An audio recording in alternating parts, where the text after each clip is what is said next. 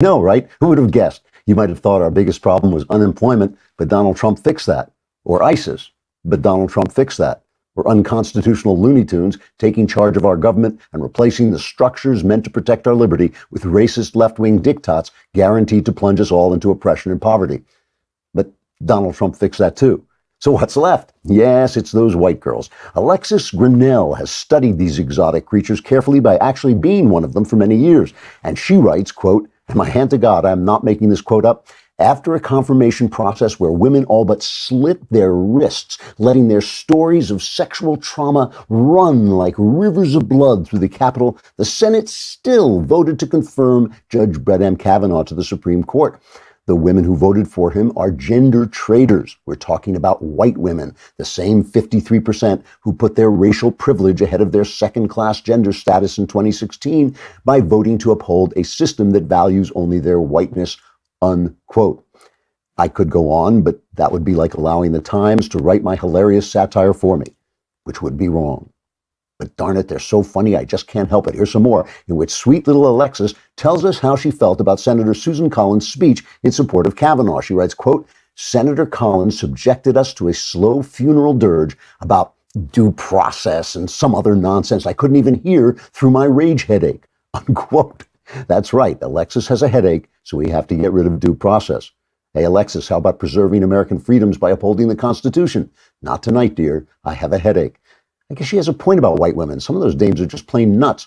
Trigger warning, I'm Andrew Klavan. This is The Andrew Klavan Show. I feel hunky-dunky, life is tickety-boo.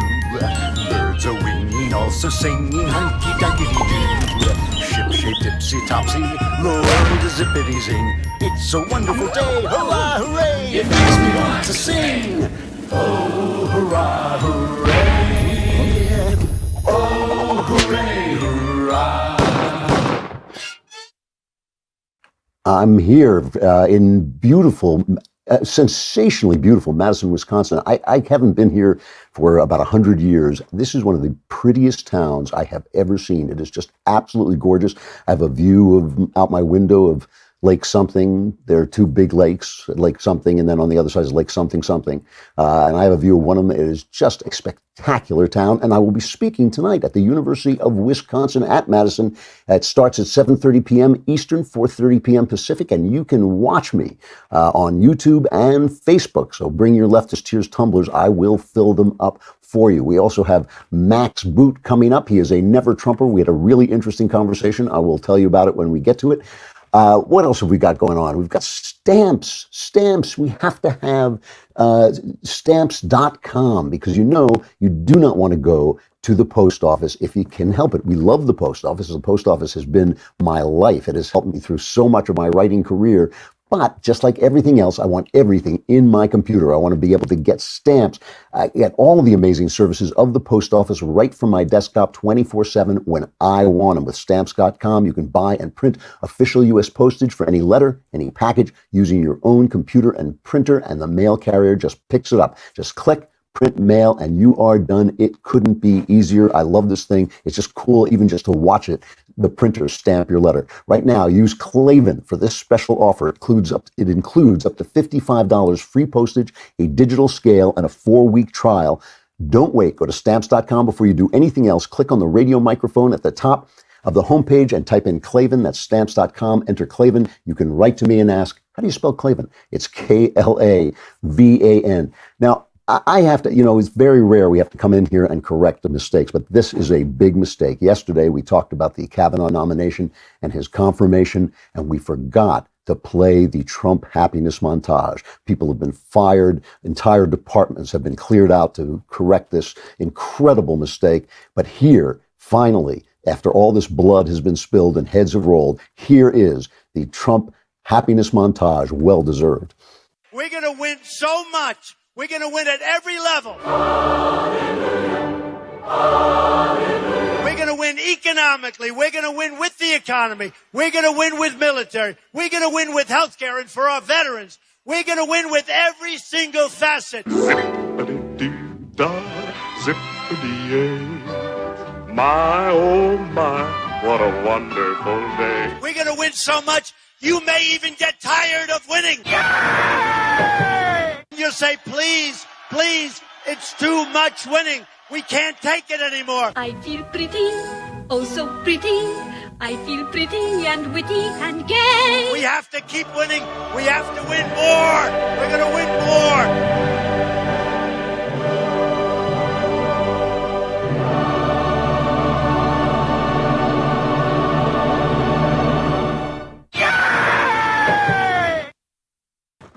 Boy, oh boy, was that ever deserved. I mean, what a week, a couple of weeks Trump has had with the economy booming and, of course, Kavanaugh getting confirmed and the renegotiated NAFTA deal. He has been just incredibly on a roll. Did have some bad news this morning. Nikki Haley has resigned from the United Nations. Apparently, she has been planning to do this. They say that some of his aides were taken aback, but maybe John Bolton was taken aback, but I don't know. Trump obviously knew about it. And it's said that she has been planning this for a long time. She was going to serve for 2 years, maybe take a break, maybe come back. She is a genuine loss. She has been courageous, graceful, smart, on point. It's going to be really tough to replace her. And I won't be able to do my cheap S&M jokes about watching a beautiful woman slap around the Russians as my form of SM porn. I always felt kind of bad about those jokes. You know, I was making cheap sex jokes about a beautiful, accomplished woman like Nikki Haley, but that never stopped me. Maybe it's because I'm like a sleazy guy. I'm not sure. Yeah, that's it. So who knows? She was talking. Well, let's listen to what she said in her resignation.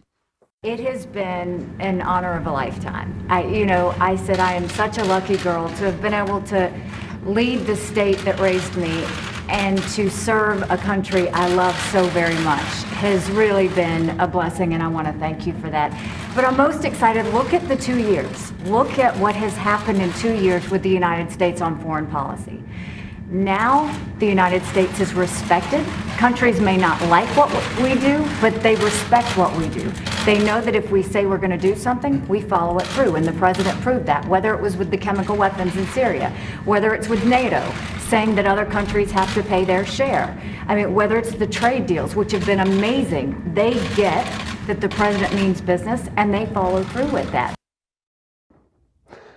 That's why she's been so amazing. She has been able to have this kind of grace, this kind of force and the kind of power, but also get along with President the Donald, which is not always easy for people. She was touting Jared Kushner, saying what a genius he is behind the scenes. He may get the appointment, maybe Bolton. Bolton would be fun, just watching the confirmation hearings, since if you remember, during the George W. Bush administration, they wouldn't confirm him because they thought he was just too mean to deal with those nice people at the UN. But that would go beyond watching John Bolton at the UN would be beyond S&M porn. That would be more like watching Roadhouse every day. But that would be terrific. Anyway, it is a real loss, and I hope she finds a place. She hasn't talked about what she was going to go on. The people were speculating, would she run against Trump? But she says she won't do that. Of course, she's not going to do that. They were talking. What were they talking about? A Pence Haley ticket, but that's not going to happen. Trump says he's going to run again. So it is. We're just going to have to wait and see. It's just a loss. On the other side, however, one of the big tactics of the left, of course, is forcing people to apologize for things that you don't have to apologize for. So you come out, you speak a fact, and you say, why should we trust all women? Women lie just as much as men. That's a fact, right? And then the left goes nuts and they start screaming at you and they bully you and they hit you on Twitter and they hit you on Facebook, and your boss comes to you and says, you're hurting our business. We may have to let you go. So finally, you be beaten and bloody. You go on and you apologize for something that you said that was absolutely true. Totally true, but you apologize for some thought crime, like I was insensitive. And then, you think like, oh, well, now I've apologized, so they'll forgive me, right? They'll back off. No, my friend. That is just like bleeding in the water. That is blood in the water to a leftist. They just come in and they devour you because the message they want to send is say only what we let you say. That's the message they want to say. So they always get so angry at Trump because Trump never apologizes. He never apologizes. He never, even when he says something that maybe, he might even regret, or we regret that he said it, doesn't apologize, never does. Finally, yesterday, at the confirmation of Brett Kavanaugh, he apologized. He apologized for the Democrats. It was a great moment. Cut number one. I would like to begin tonight's proceeding differently than perhaps any other event of such magnitude. On behalf of our nation, I want to apologize to Brett and the entire Kavanaugh family for the terrible pain and suffering you have been forced to endure. Those who step forward to serve our country deserve a fair and dignified evaluation, not a campaign of political and personal destruction based on lies and deception. What happened to the Kavanaugh family violates every notion of fairness, decency, and due process. Our country, a man or a woman, must always be presumed innocent unless and until proven guilty. It was absolutely right to say. It was absolutely deserved. The apology was right to say. Of course, the left went nuts. And I'll get to that in just a minute. But first, let me tell you about a new podcast from Wondery. Wondery, great podcast, really helped us with the first season of Another Kingdom. But this one is a really interesting podcast about all the legal cases that nobody pays attention to. There are hundreds of thousands of legal cases and litigation every day in the U.S. court system, and most of them don't reach the media's attention. And these are not those cases. These are the cases that have riveted the nation and made a real-world impact on society. In the podcast from Wondery, Legal Wars, host Hill Harper gives you behind-the-scenes access to some of the most famous cases to have ever graced America's courtrooms. You'll hear about the influential cases that provoked worldwide attention: Rodney King trial, Anna Nicole Smith's battle for an inheritance, and the takedown of gossip site Gawker. Go listen to Legal Wars on Apple Podcasts. The first episode is about the Hulk Hogan versus Gawker media case in which Hogan walked out of the courtroom with a multi-million-dollar settlement. That very case has become a symbol of press freedom. You can find Legal Wars on Apple Podcasts wherever you're listening to this, or head over to wondery.fm/Klavan. That's WONDERY.fm/Klavan. It's a great show, and you're going to have fun listening to it, and you'll learn how to spell Klavan, Klavan. So you got to listen to, there should be a word. There's no word to describe someone who is completely unself-aware, but that describes the left, and especially the leftist press. Here is MSNBC watching the confirmation of Brett Kavanaugh, and the left just going absolutely insane. Now they're all coming in now to join in the celebration, and they look very happy, Gene. Mm-hmm. Yeah, they do look happy. I mean, Clarence is wall-to-wall happiness. Well, everyone should pay attention to this, because this is what power looks like. This is what power looks like. Republicans had the power to do this, and they did it. This is a terrible moment, I think, for the country. One thing is clear. This president is only seeking to divide this country. There are people in the hard, cruel, I think that's the right for it, right. Yeah.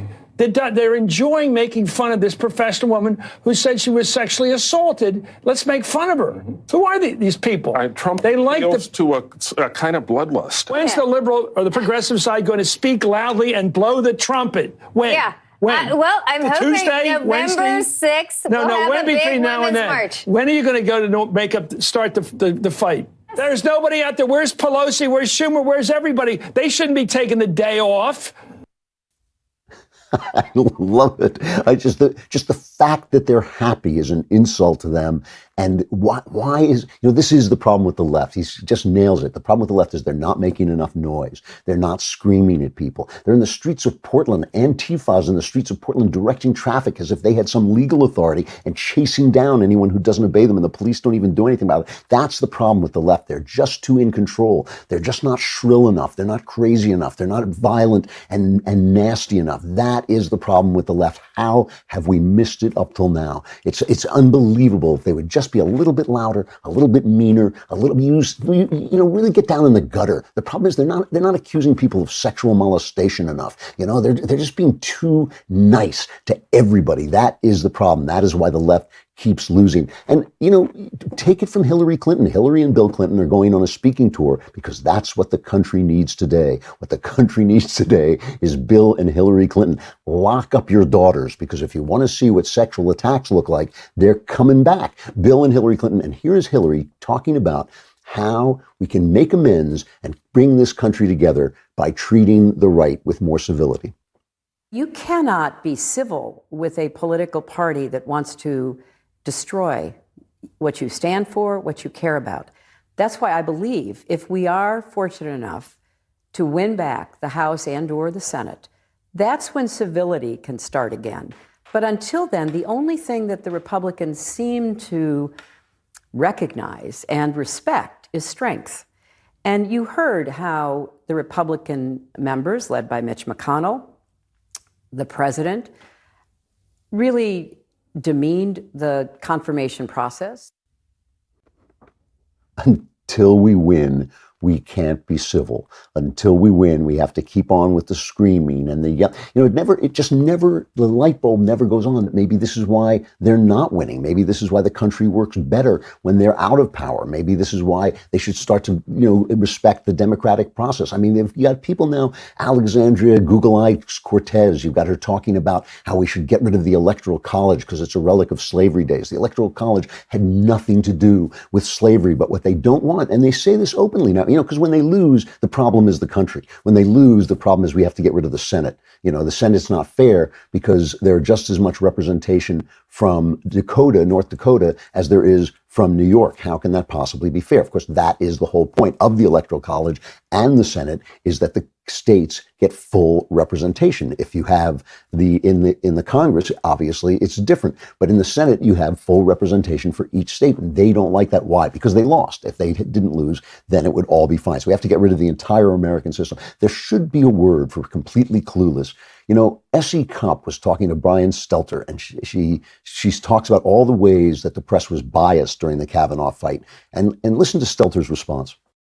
About that, because just to name a few examples, the Washington Post published an op-ed written by, quote, Kavanaugh's ex-drinking buddies who believe he shouldn't have been confirmed. New York Times published a story about that includes Kavanaugh being involved in a bar fight 33 years ago during which he threw ice on someone. USA Today ran a column alleging Kavanaugh was a child predator. I mean, that seems kind of like an effort. Well, there was also some sloppiness in the case of some of these stories. And that's a difference. For example, the New York Times admitted they shouldn't have had an opinion writer go out and work on a story at Yale. There were some admissions about that. There was some sloppiness as well. However, I do think a lot of journalists were trying to figure out what really happened because, heck, the Senate really wasn't and the FBI really wasn't able to go out and figure out the facts. So the media did play a key role, but I can understand why, to a lot of Americans, it felt like the media was aligned against Kavanaugh. And by the way, I just want to say Christine Blasey Ford was right. She predicted all of this. Remember, she didn't want to speak out publicly. She called the Washington Post, but she stayed off the record. She didn't want to be named. And then in August, she said, no, I definitely don't want to tell my story. She said, look, Kavanaugh's going to get confirmed. She said, quote, why suffer through the annihilation if it's not going to matter? And it didn't. Clueless. I mean, when did the press ever go out and try and get information that exposed Christine Blasey Ford? They went out and got every time, Kavanaugh scuffed his shoe, if he threw ice at somebody, if he said something about drinking, if he drank. All of that stuff came out, but nothing about Christine Blasey Ford. Of course it was biased. It was one of the worst, most shameful episodes in press history, and that is saying a lot. And one of the reasons the press it comes up is because everybody in America wants to be a hero. And there are very few heroes in America because very few people are under the gun. This is a free country. So they have to tell you, oh my gosh, everybody's Hitler. And that makes you a hero because you're standing up to Hitler instead of making a lot of noise about a duly elected official who's doing a good job. That makes you a hero. If you say, oh, women are so oppressed. Women are not oppressed in this country. Women are utterly free. But if you say they're oppressed, then you're a hero. Oh, how brave you were. How brave you were to come forward. They just love to hear that. And then one of the things about the press is they like to pretend that they are in a country that oppresses them. If Donald Trump attacks them, if he says you're lying, you're biased, which they are, they feel like, oh my gosh, it's Stalin has come again. But just as a reminder that there are reporters in this world who are really quite brave. There is a story out of Turkey, but it's about a Saudi reporter, Saudi journalist named Jamal Khashoggi, and this is a genuine. It's a mystery, but it's one of those mysteries I think we all know the answer to. He has been a real critic of the new Crown Prince Mohammed bin Salman, who is essentially now the leader of the country. And Salman came in, and he was supposed to be a big deal because he was going to let women drive. He was going to have all these social reforms, but his social reforms have come along with a political crackdown, and he's been putting people away. And Khashoggi has been he's been in America, I believe, criticizing him from afar. And the Saudis have really gone out of their way to show you that they can reach out from Saudi Arabia and they can get you. There was a woman who was driving in the UAE, the United Arab Emirates, when she was pulled over by security officers, thrown on a plane, sent back to Saudi Arabia and jailed. In Canada, a Saudi student refused to stop making YouTube videos criticizing the kingdom's rulers, and 2 of his brothers back home were in prison. They want you to know they can reach you. So this guy, Khashoggi, is in Turkey. He was getting some papers to let him marry a woman, a Turkish woman. He was in Istanbul, and he went into the Saudi consulate there and left his girlfriend outside, his fiance outside, saying, if I don't come out in a couple hours, you should call the police. And basically, he never came out. He never came out of the consulate. The Turks, who are no amateurs at suppressing the press and suppressing dissent themselves, are accusing the Saudis of killing him, of cutting him into pieces and shipping his body out of the consulate. They say people flew into the country, hitmen flew into the country and killed him, which of course, to kill somebody on a prominent dissenter on somebody else's soil is bad news. That's the kind of thing Putin does. Trump is talking about it. Trump doesn't like it. Here's Trump commenting on it. I am concerned about it. I don't like hearing about it. And hopefully that will sort itself out. Right now, nobody knows anything about it, but there's some pretty bad stories going around. I do not like it. Thank you. I don't blame them. We've been trying to be friends with the Saudis because they've kind of tacitly accepted Israel because Israel is, what they're really afraid of is Iran. So Saudi is tacitly accepting Israel. So Jared Kushner has been over there trying to, use them to broker some peace in the Middle East. We don't want to lose friends with them, but at the same time, we can't let them go around killing people like this. And it just points out that there are hero journalists. There are people who are standing up against oppression. Brian Stelter and his ilk, CNN, NBC, ABC, CBS, are just a pack of liars, and they're not heroes. And when they get criticized, maybe they should start to look at themselves, because if there were a word other than clueless for someone who has no self-awareness, it would certainly describe the mainstream media.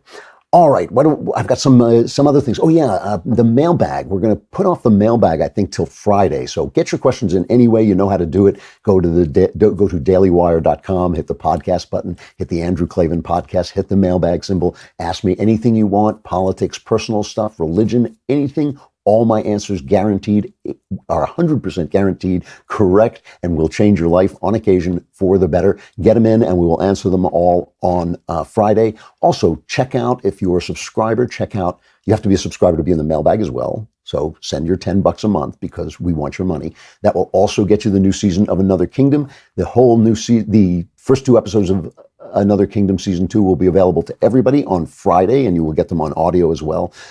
So all that stuff is coming up. We've got an interview with Max Boot coming up, but I got to say goodbye to Facebook and YouTube. This will give you a chance to come to dailywire.com and subscribe, as you well should. For $100, you get an entire year subscription and everything else. You get the Leftist Tears tumbler. What a deal.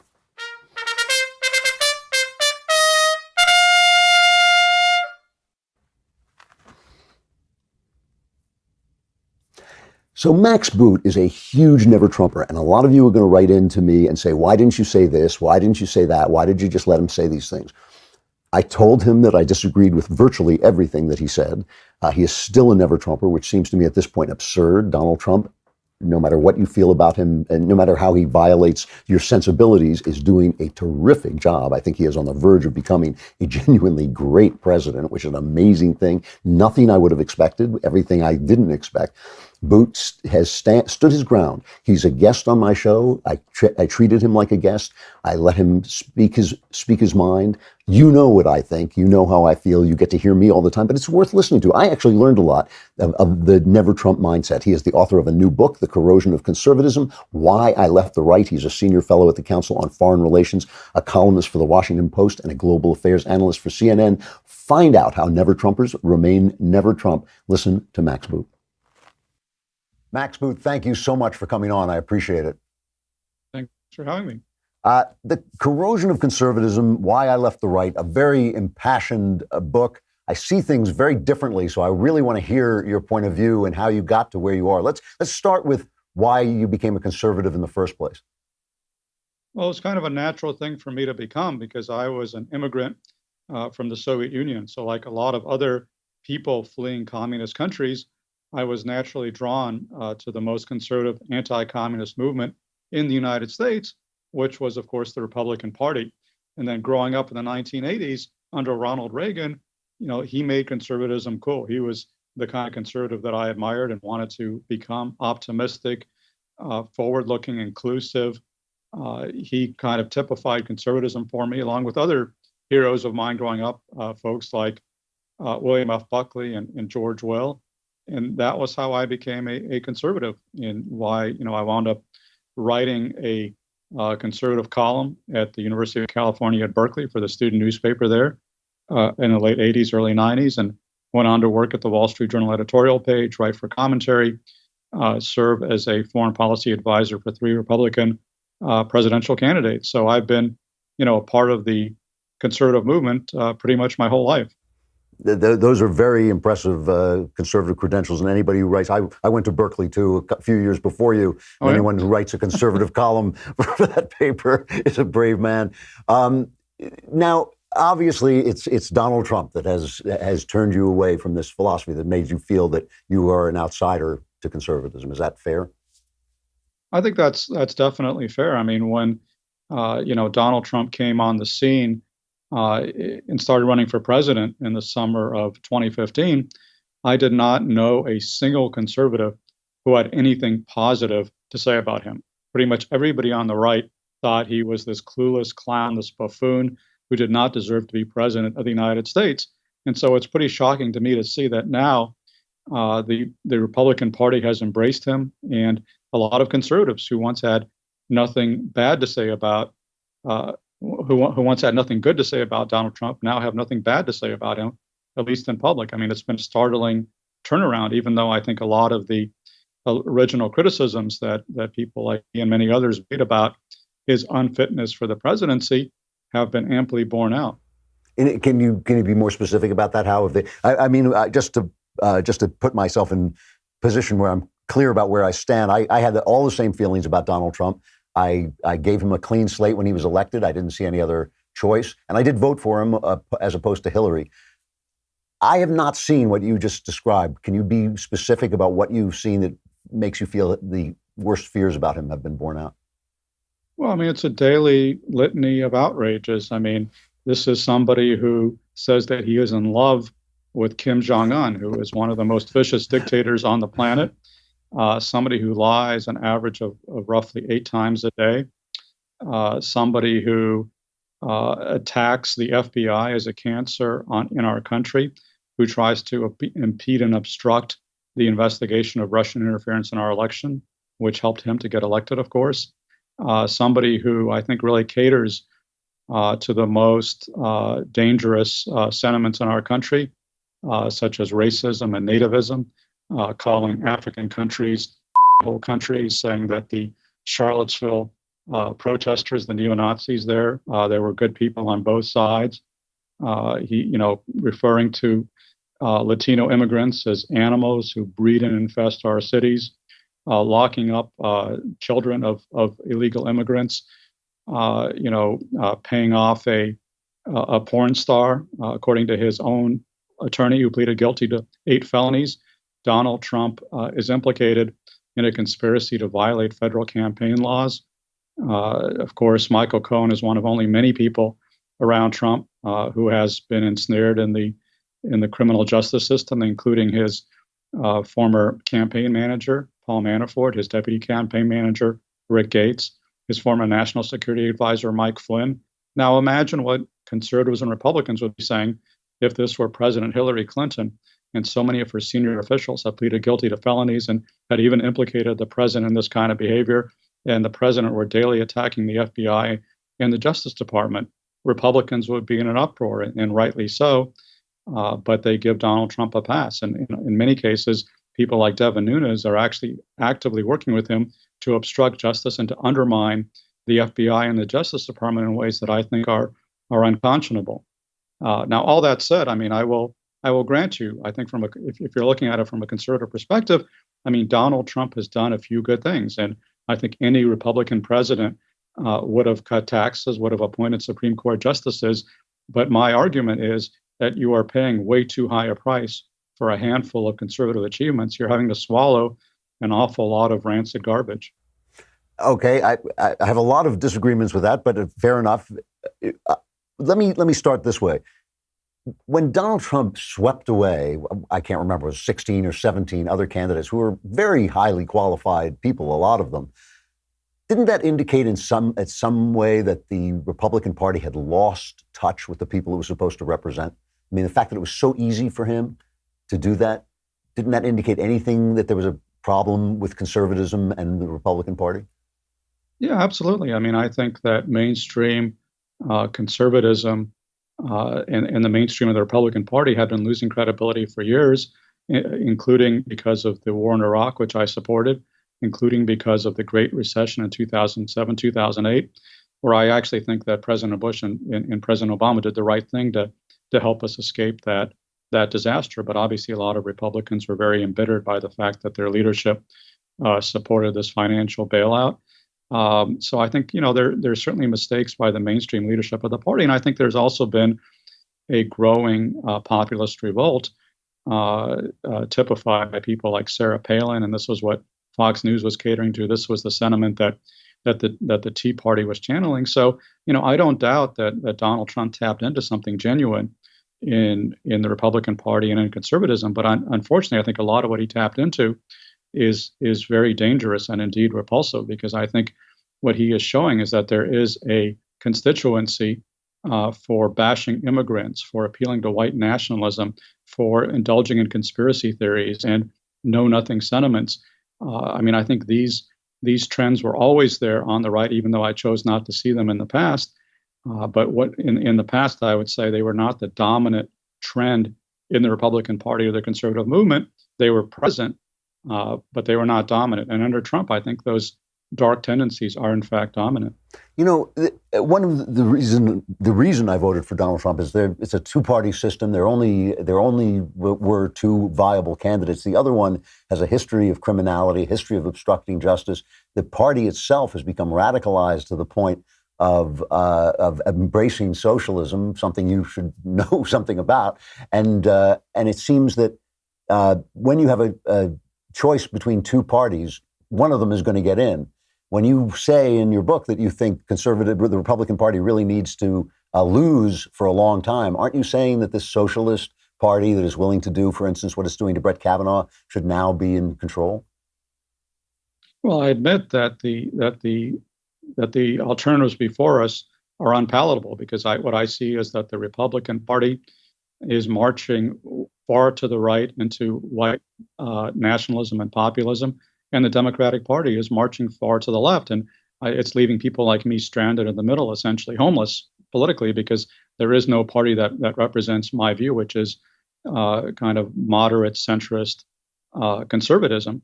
But let me, and I can understand where you're coming from, but I made a different choice in 2016 for the very first time in my life, literally the first time in my life, I voted for a Democrat in Hillary Clinton, because even though I didn't agree with her 100%, I thought she was qualified for the presidency. I thought she was knowledgeable, and I thought she was actually a pretty centrist, mainstream Democrat. So much so, by the way, that the Bernie Sanders left didn't like her because she wasn't, extreme enough for them. And you said that she has a proven history of criminality. I mean, I disagree with that. I mean, there's no question that the Clintons cut a lot of ethical corners, and that caused me a lot of problems. And I was certainly very hard on Bill Clinton during his impeachment proceedings. But if you look at criminality, I don't see how you can vote for Donald Trump, because again, this is a president who has literally been implicated in the commission of 2 federal crimes by his very own attorney, and whose staff was riddled with people who are now convicted felons, and who himself has cut ethical corners his entire life and shows no sign of having any moral compass. So I admit that the choices between us were not great, and that's why a lot of my conservative friends voted for third-party candidates. But you're right. I think ultimately you got to choose one or the other, and I chose Hillary Clinton, and I don't regret doing so, because in many ways Donald Trump has been just as bad as I feared that he would be. You know, that's another part. I do find that puzzling because we had 8 years of a president who abused the IRS to silence political opposition. It really does look to me that he abused the Department of Justice and the FBI to spy on an opposition political campaign. He certainly used the State Department to lie about his failings in Benghazi.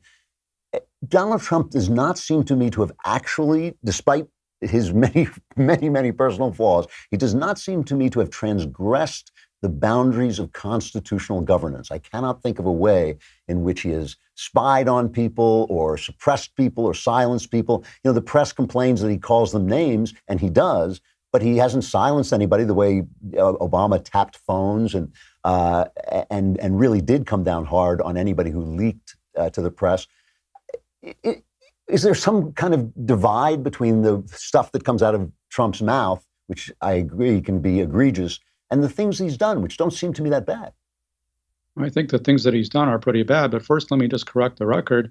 And it's just not the case that President Obama had this horrible, scandal-plagued administration. Actually, by comparison with other administrations, it was pretty squeaky clean. He certainly did not have his national security advisor or his campaign manager pleading guilty to felonies. Okay, so in the notion that Barack Obama spied on an opposing political campaign, that's just the conspiracy theory that Donald Trump has spread without any support whatsoever. He claimed that Obama tapped my lines in Trump Tower, and Trump's own Justice Department said that's just not the case. In fact, there was an ongoing FBI investigation of the Russian attack on American democracy in 2016, in which people in the Trump campaign were implicated, and the FBI was investigating that, rightfully so, but they were actually being not nearly as aggressive as they should have been, and President Obama didn't do nearly enough to call out that Russian assault because he didn't want to be accused of interfering in the political process. So, you know, I would say, and I say this as somebody who voted twice against Barack Obama, who worked for John McCain and Mitt Romney, and I disagreed very strenuously with his policies. But I think at an ethical level, Barack Obama is an ethical person. I think he's a good person who was trying to do the right thing. And I disagreed with his policy judgment in many instances, and I thought many of his policies were disastrous. But I didn't have any serious questions about his ethics, whereas Donald Trump is an ethical cesspool. And he has done things. I mean, we have never seen the kind of blatant obstruction of justice that he is committing in plain sight. He is doing before our very eyes the kind of things that Richard Nixon did only in private and that we only found out about later. I mean, Donald Trump constantly denigrates and runs down the FBI. He fired the director of the FBI, James Comey, as he admitted, to stop the investigation of this Russia thing. I mean, I can't imagine a more clear-cut evidence of a president committing obstruction of justice. He does it on a daily basis. I mean, he attacks Jeff Sessions, he attacks the FBI, he attacks Rod Rosenstein, all of whom are simply trying to do their jobs. I mean, he's irate, for example, that Sessions recused himself from the Russia investigation, but that's the only ethical course he could have possibly taken. And I don't agree with Sessions on a lot of things, but he was right here, and he's being attacked by Donald Trump essentially for not doing more to politicize the Justice Department. When it comes to freedom of the press, I mean, he constantly calls the press the enemy of the American people, which is the kind of rhetoric previously used only by the likes of Hitler and Stalin, and he has tried to back it up. For example, he tried to get the Postmaster General to raise shipping rates for Amazon because he's irate that Amazon owns the Washington Post, where I'm a columnist, and the Washington Post runs items critical of him. So he's trying to punish a news organization that is critical of him. Now, it's certainly the case that he has not had as much success in suppressing speech or obstructing justice as he would like to see, because there has been pushback from his own appointees. There has been pushback from the courts. We do have robust checks and balances within the American system. And so, you know, Donald Trump, cannot give full vent to his authoritarian tendencies, but the tendencies are there. He is trying to obstruct justice, and he is, I believe, subverting our democracy in a way that Barack Obama did not do, and really no previous president did, with the possible exception of Richard Nixon.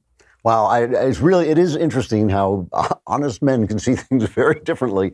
I see it very differently than you do, but I appreciate your letting me know. I'm out of time, so I just want to ask you one last question. You have a blurb on here from Bill Kristol, and it has seemed to me that people who have your strong feelings about Donald Trump have in some instances lost the plot of the America we're all, I think, hoping to protect. For instance, when Bill Kristol said better the deep state than the Trump state, I just thought, maybe, is that not overreacting to the presence of Donald Trump? I mean, to have a deep state, an administrative state that basically overrides the will of the people, the Constitution, isn't that worse than having a loudmouth president? Well, I dislike this term, the deep state, that Donald Trump has introduced into our politics, which was previously used in places like Egypt and Turkey to refer to authoritarian tendencies among their militaries to basically subvert the rule of the people. That is not what is going on here. There is not a quote on deep state conspiracy against Donald Trump. What you see are dedicated civil servants and political appointees doing their best to uphold their oath to the Constitution and doing their best to try to protect America from a president who they believe, and I agree, is reckless and unfit to exercise the office. And they're basically trying to constrain his most destructive impulses and to carry and to enforce the law and to carry out good policy as best they see fit. I think what they're trying to do is a heroic, if not entirely successful, effort to insulate America from Donald Trump and not give vent to his worst impulses. And so I think they're actually helping not only America, but Donald Trump, because if Donald Trump could do everything that he wanted to do, he would be in even deeper trouble than he is. His approval ratings are low enough now. They would be even lower if he was able to carry out every crazy crackpot notion that flits into his head. Max Boot, the author of The Corrosion of Conservatism, Why I Left the Right. I can only hope that I'm right and you're wrong, but it's been very interesting talking to you. Thanks so much for coming on. I appreciate it. Yeah, I mean, and I know you disagree, but I really appreciate the civilized conversation. I think that's the only way we move forward is by discussing these things in an intelligent and civilized manner, and you're doing that, so I appreciate it. I agree with you 100%. Thank you very much for saying that. Thank you. I appreciate it. Thanks.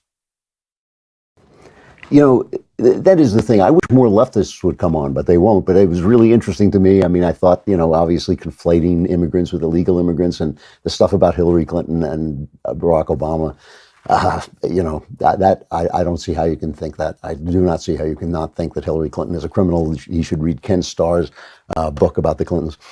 All right. But I was glad to hear from him. Sexual follies.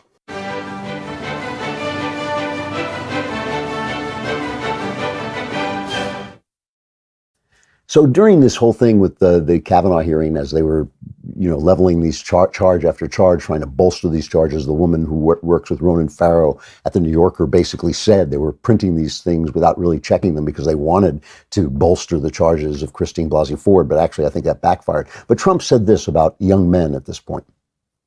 Well, I say that it's a very scary time for young men in America when you can be guilty of something that you may not be guilty of. This is a very difficult time. What's happening here has much more to do than even the appointment of a Supreme Court justice. It really does. You could be somebody that was perfect your entire life, and somebody could accuse you of something. Doesn't necessarily have to be a woman, as everybody says, but somebody could accuse you of something, and you're automatically guilty. But in this realm, you are truly guilty until proven innocent. That's one of the very bad things that's taking place right now. So this woman, and I'm sorry, I could not find her name, but she put out this satirical song about this, about how, oh yes, men have it so tough and it's such a scary time for men. Here's the song. I can't walk to my car late at night while on the phone. I can't open up my windows when I'm home alone. I can't go to the bar without a chaperone. I can't wear a mini skirt if it's the only one I own. I can't use public transportation after 7 p.m. I can't be brutally honest when you slide into my DMs. I can't go to the club just to dance with my friends. And I can't ever leave my drink unattended. But it sure is scary time for boys. Yeah, gentlemen, band together, make some noise. It's really tough when your reputation's on the line, and any woman you've assaulted could turn up anytime. Yeah, it sure is scary time for guys. Can't speak to any woman or look her in the eyes. It's so confusing. Is it rape or is it just being nice? So inconvenient that you even have to think twice. Now, a lot of people on the right attack this song saying, oh, you live in a free country, you can do any one of these things. But I don't think that's quite fair. She's talking about the fact that women have to be more careful than men in a lot of situations, that just the ordinary life of a woman is a life lived on guard to some degree. And, I have total sympathy with that. What the problem with it is not that. It's that she is blaming, and the left is blaming, men. How would it be if, knowing that I walk through a black neighborhood, a bad black neighborhood, I know I'm more likely to get mugged, and I get mugged in that neighborhood, and then I say, well, this shows you something about black people. No, it shows you something about that neighborhood and about the culture of that neighborhood and about the culture of poverty or whatever is going on in that neighborhood. And maybe it shows you something about black culture. You could even say that. But does it show you something about black people? No, that's the kind of generality that the left, that identity politics, is peddling to everybody. So she's talking about men, but if she's not talking about the majority of men who would run to her defense, she's talking about the bad guys, basically. The reason she can't live in an apartment on the ground floor is because of bad guys. It's not because of me, it's not because of you, it's because of somebody who might come in. And that is what they're selling. That is the whole thing they're selling. They're selling bigotry, they're selling racism, they're selling sexism, while slinging those slurs at us. Everybody's got problems, and girls have problems that are for girls, and boys have problems that are for boys. I think boys suffer from crime a lot more than girls do, actually. Because the person most likely to get murdered, I think, is a young man who is within the vicinity of a gang. So there's all kinds of problems. The world is tough. But blaming identity groups is precisely not the way forward. And while the left continually accuses the right of doing it, it's all happening on the left. All right, that's it for me. I'm not going to be on tomorrow. I will be back on Thursday and have an extra show on Friday to make up for the one Wednesday gap. So you will have a Klavanless Wednesday, but I'll be back on Thursday. I hope you will be too. I'm Andrew Klavan. This is The Andrew Klavan Show.